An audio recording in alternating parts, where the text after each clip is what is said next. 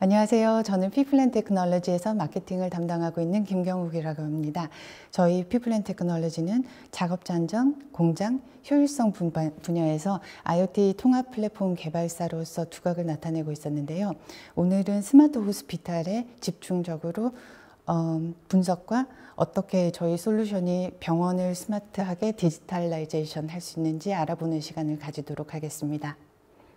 자, 스마트 호스피탈이라고 하면은 여러분들이 어렵게 생각하실 수 있는데요.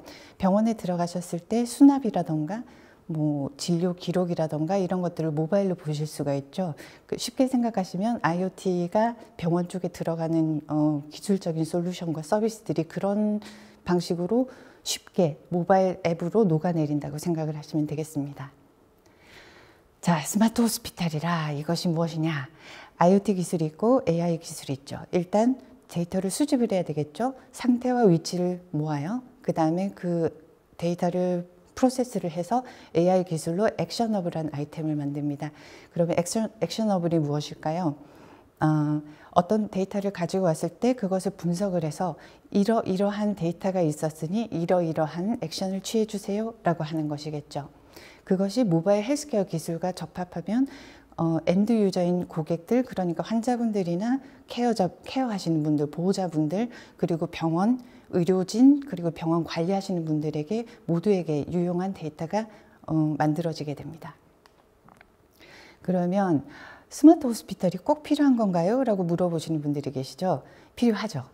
필요 없을 수도 있는데 앞으로 더 잘하려면 필요하죠. 왜냐하면 간호사분들이 어느 블로그에서 읽었는데 하루에 걸어 다니는 동선이 10km가 넘어요. 그중에 필요 없는 업무, 그러니까 자리에 없는 환자를 찾아다니거나 없는 의료기기를 찾아다니거나 이런 데 들어가는 시간이 하루에 1시간에서 1시간 반 정도라고 합니다. 그리고 환자들의 눈높이가 굉장히 높아졌어요. 이제는 예전에는 아파서 어쩔 수 없이 병원에 찾아가는 분들이 아니라 고객의 어떤 특정한 입맛을 가지고 그 요구사항을 가지고 병원을 찾아드는 고객이라고 생각하시면 될 거예요. 그리고 병원들이 이제는 굉장히 많이 고급화되면서 경쟁이 심해졌습니다. 그래서 보다 양질의 서비스를 환자분들에게 제공하기 위해서는 디지털 혁신이 불가피한 선택이 되었습니다.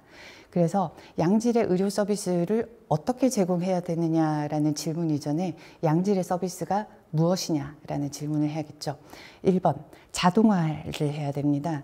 의료진들이 하는 업무를 자동화하고 환자들이 병원에 들어서는 순간부터 나가는 순간까지 모든 프로세스를 자동화할 수 있으면 굉장히 편리해지겠죠. 그리고 지능화가 되어야 됩니다. 지금까지는 위치나 상태 같은 그런 센서 모니터링에서 나오는 데이터들을 수집만 했는데 거기에서 한 단계 더 나아가서 그 수집한 데이터가 우리에게 말해주는 것이 무엇인지 그것을 캐치해서 이제 그 데이터를 가지고 우리가 어떤 액션을 취해야 되는지 그것을 알게 되면 병원 전반적인 플로우라던가 이런 것들이 굉장히 많이 향상이 될 수가 있겠죠. 그리고 가장 중요하게도 끊김이 없는 서비스라 해야 됩니다.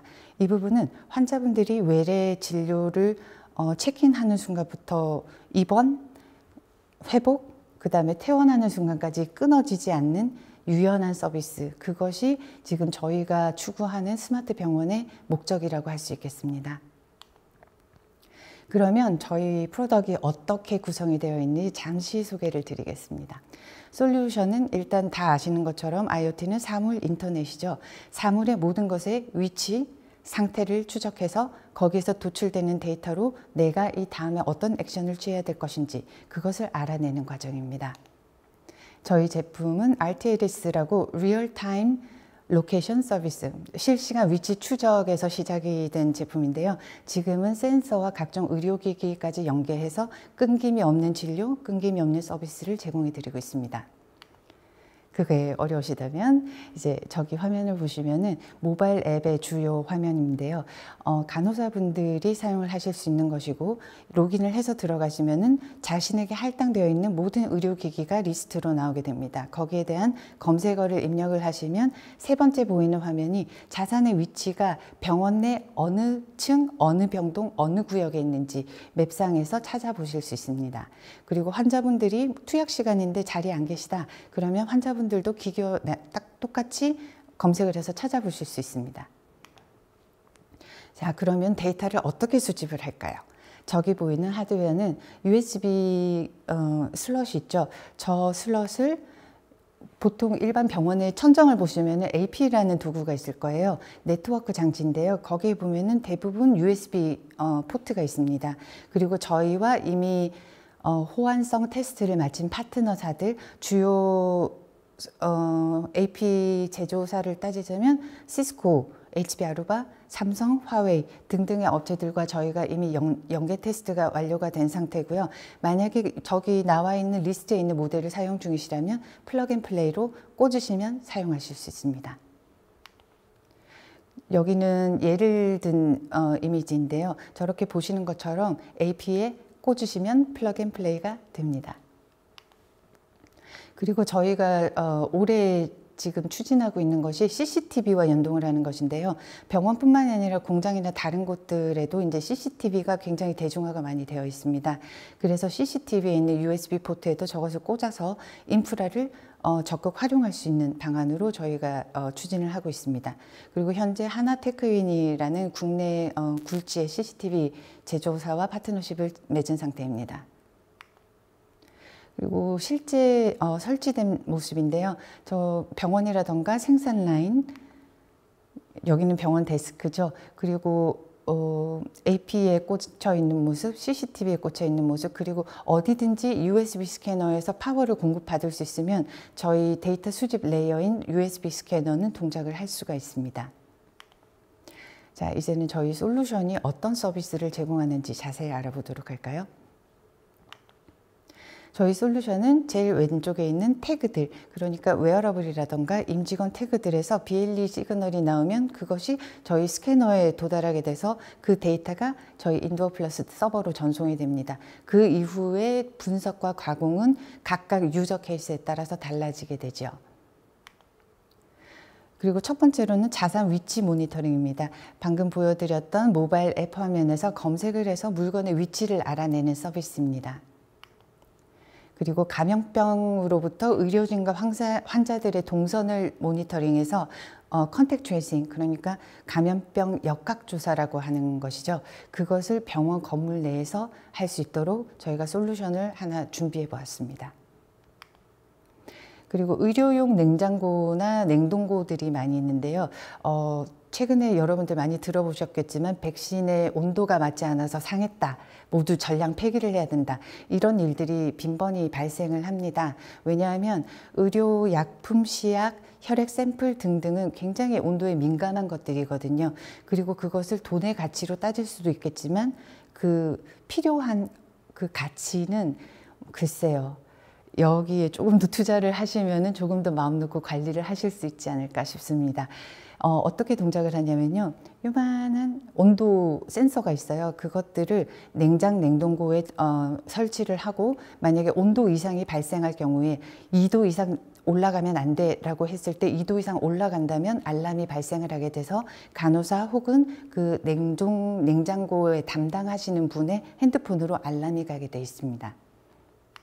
환자 생체 모니터링에 대해서 말씀을 드리겠습니다. 이것은 저희가 파트너사와 지금 협의를 진행하고 있는 부분인데요. 예를 들어서 중환자실에 있는 환자분들께서는 ICG라든가 IKG라는 그런 영화에 보시면 이렇게 띠띠띠 나오는 그런 박스들 보이시죠? 그것들을 몸에 부착을 시켜서 생체 데이터를 수집을 하게 되는 것입니다. 그런데 만약에 중환자실 밖으로 나온 퇴원 직전의 회복 기간의 환자가 집중적인 케어를 필요로 한다. 그러면 이런 웨어러블 디바이스를 몸에 부착시켜서 24시간 분 단위로 심박, 체온, 맥박 이런 것들을 측정을 할 수가 있게 되는 거죠. 그리고 만약에 환자의 예후가 급격히 나빠진다거나 그 데이터가 비정상적인 패턴을 보인다면은 또 의료진에게 모바일로 알람이 전송되게 되어 있습니다. 수액 모니터링은 간호사분들께서 굉장히 어려워하시는 분들이시죠. 수액이 다 떨어지면 교체를 해야 되는데 병동이 너무 많아요. 돌봐야 되는 환자분들도 너무 많고 그래서 거기에 관련된 앱이 나와 있는 게 있습니다. 그런데 이 업무는 이 앱, 저 업무는 저 앱, 앱이 너무 또 많아지게 되죠. 그래서 그 부분들을 저희가 연동을 해서 하나의 앱에서 모바일 알람을 받을 수 있도록 그렇게 처리를 해드릴 수가 있습니다. 그다음에 널스콜이라는 게 있죠. 침상에 누워있는 환자가 뭔가 도움이 필요할 때 환자분을 간호사 선생님을 불러야 되잖아요. 그때 누를 수 있는 버튼을 저희 시스템에 연동시켜서 또 더 편안한 통합 서비스를 제공해 드릴 수가 있고요. ESL 병상정보 디스플레이라는 것이 있는데 이페이퍼라고 하는 걸 들어보신 적이 있을 거예요. 마트 같은 데 가시면은 이제 더 이상 종이에다가 아이템 이름이라던가 가격을 적어 놓지 않습니다.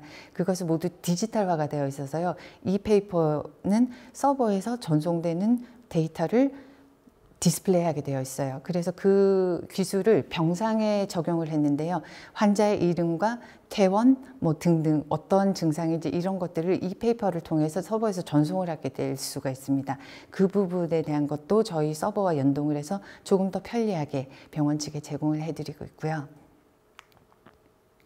의료 부자재 재고 관리는 이 부분은 아직 상용화가 되어 있지 않은 부분인데 병원 쪽에서 필요한 부분일 것 같아서 저희가 현재 기획 중에 있습니다.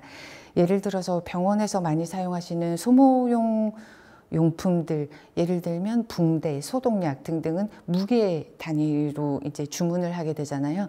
그래서 어떤 저울 위에 이렇게 재고를 쌓아놨는데 그 재고가 일정량 이하로 떨어지면은 담당자에게 알람이 가서 추가 구매를 할 수 있도록 그렇게 연동되는 시스템입니다.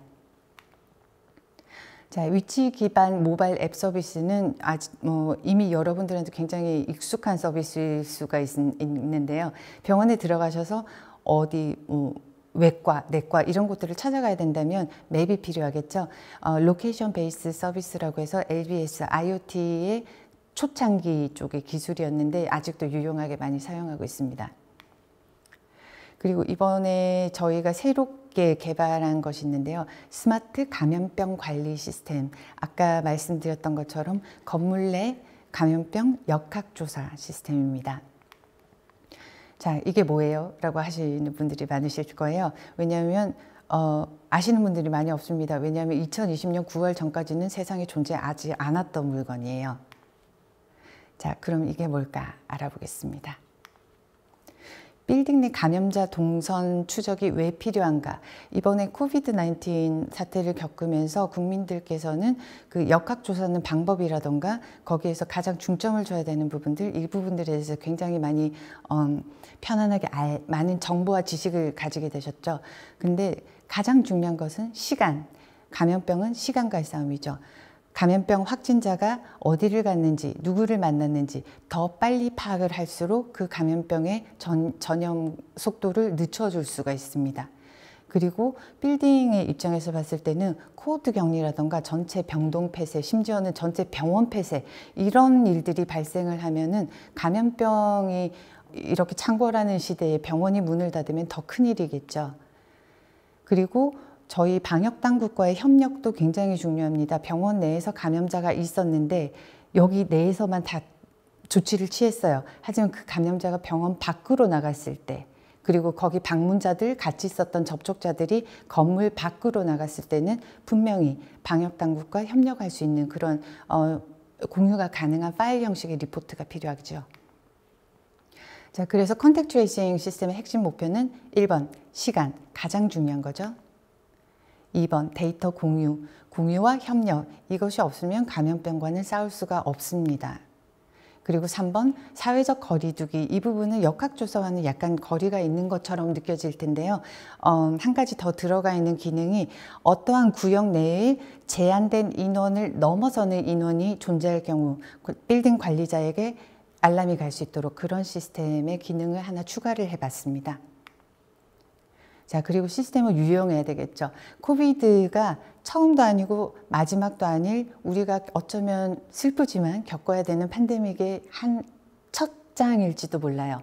그 이후에 나오는 감염병, 특히 호흡기 관련 질환에 관련해서는 템플릿을 작성할 수가 있습니다.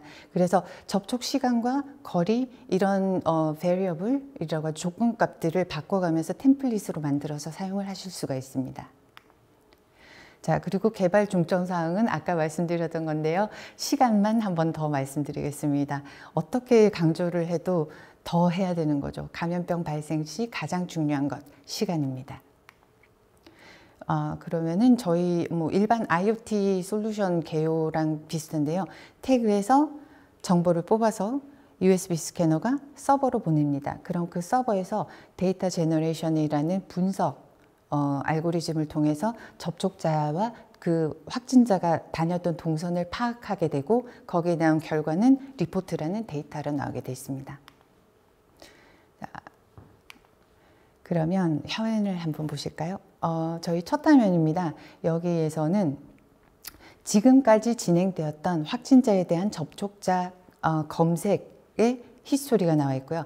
여기에서 New Search라고 한 버튼을 누르게 되면은 감염병 이름과 찾는 확진자의 이름, 기간, 그리고 밀폐 공간, 예를 들어서 엘리베이터라던가 흡연실 등등에 갔었느냐의 여부를 체크를 할 수가 있게 됩니다. 그리고 OK를 누르시면 이렇게 그 사람이, 여기 이 예제에서는 앤드류 밀러라는 사람인데요. 그 확진자가 건물 내에 다녔던 동선 내에 존재했던 모든 접촉자들을 위험군에 따라서 접촉 거리와 시간이겠죠. 거기에 따라서 구분을 해서 라벨링을 할 수 있게 됩니다. 그리고 옵션으로 건물에 들어가게 될 때 저희도 QR코드를 찍잖아요. 그러면 방문자들과 건물에 상주하는 모든 인원들의 핸드폰 번호가 나오게 되어 있습니다. 그래서 저 리스트에 떠 있는 접촉자들에게 SMS 메시지를 보내서 감염 여부를 확인할 수 있는 검사를 받으세요 라는 그런 메시지를 보다 빨리 전달을 할 수가 있게 되죠. 그리고 감염자의 동선을 파악을 해서 소독하고 방역하는 그런 업체들이 있잖아요. 그 업체들이 이제 왔어요. 이제 어디를 소독할까요? 라고 한다면 맵상에서 이 사람이 여기를 다녔으니 이곳들을 소독을 집중적으로 해주세요 라는 리포트를 공유를 할 수가 있게 됩니다. 그리고 여기서는 이제 N차 감염이라는 것이 이제 국민들한테도 익숙해졌죠, 이미. 어떤 확진자가 있으면 그 사람이 누구에게 옮겼고 그 누군가가 또 다른 어떤 사람을 접촉했는지, 그러니까 1차 접촉자에서 2차 접촉자, 거기에서 3차 접촉자, 누가 누구를 만났는지를 이런 트리 형식으로 비주얼하게 보여줄 수 있는 화면도 한번 같이 구성을 해봤습니다. 그리고 여기에는 템플릿인데요. 아까 말씀드렸던 것처럼 호흡기 질환의 특정한 감염병에 대해서 접촉 시간과 거리에 따라 조건값을 넣고 그 값들을 템플릿으로 저장을 해서 혹시 모르는 다음번 사태에도 대비를 할 수 있게 했습니다. 그리고 시스템 개입의 사회적 거리두기. 아무리 흩어지라고 해도 사람들을 모일 수밖에 없는 게 인지상정인 것 같아요. 대신에 사람이 사람에게 뭐 흩어지세요라고 윽박을 지르는 것보다 그냥 깔끔하게 데이터에 근거해서 여기에 제한구역인데 인원이 50명을 넘었습니다. 여기 필요 없는 분들은 나가주세요 라고 이제 폴리시로 정해서 사회적 거리두기를 건물 내에서 실시를 할 수가 있게 됐죠. 그리고 밀폐 여부 공간 세팅도 이제 이 화면에서 할 수가 있게 되는데요. 여기서 세팅되는 공간의 특성은 아까 보셨던 역학조사, 컨택 트레이싱에서 밀폐 공간의 여부를 결정하는 그런 세팅이 요 화면에 들어 있습니다. 그러면은 오늘 설명 어떠셨나요? 저희가 처음 선보이는 제품도 많이 있었고 굉장히 제너럴한 IoT에 대한 설명도 있었는데 혹시 저희 쪽에 궁금하신 점이 있거나 역학조사 시스템에 뭐 질문이라던가 그런 것들이 있으시면은 여기 화면에 보이는 연락처로 저희에게 연락해 주시면은 언제든지 친절하게 대답해 드리겠습니다. 오늘 들어주셔서 감사합니다.